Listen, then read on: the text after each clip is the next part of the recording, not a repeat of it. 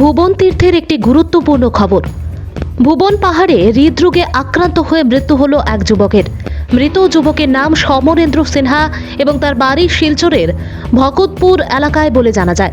সূত্রমতে জানা গেছে ইতিমধ্যে আরও বেশ কয়েকজন অসুস্থ হয়ে পড়েছেন ভুবন পাহাড় মন্দির প্রাঙ্গণে। আবারও জানাচ্ছি, ভুবন পাড়ি দিয়ে মৃত্যু হলো এক যুবকের। যুবকজন হৃদরোগে আক্রান্ত হয়, সঙ্গে সঙ্গে স্বাস্থ্য পরিষেবা প্রদান করলেও শেষ রক্ষা হয়নি তার। মৃত্যুর কোলে ঢলে পড়েছে সমরেন্দ্র সিনহা নামে ওই যুবক এবং বেশ কয়েকজন ভুবন যাত্রী অসুস্থ অসহায় মন্দির প্রাঙ্গণে চিকিৎসাধীন রয়েছেন।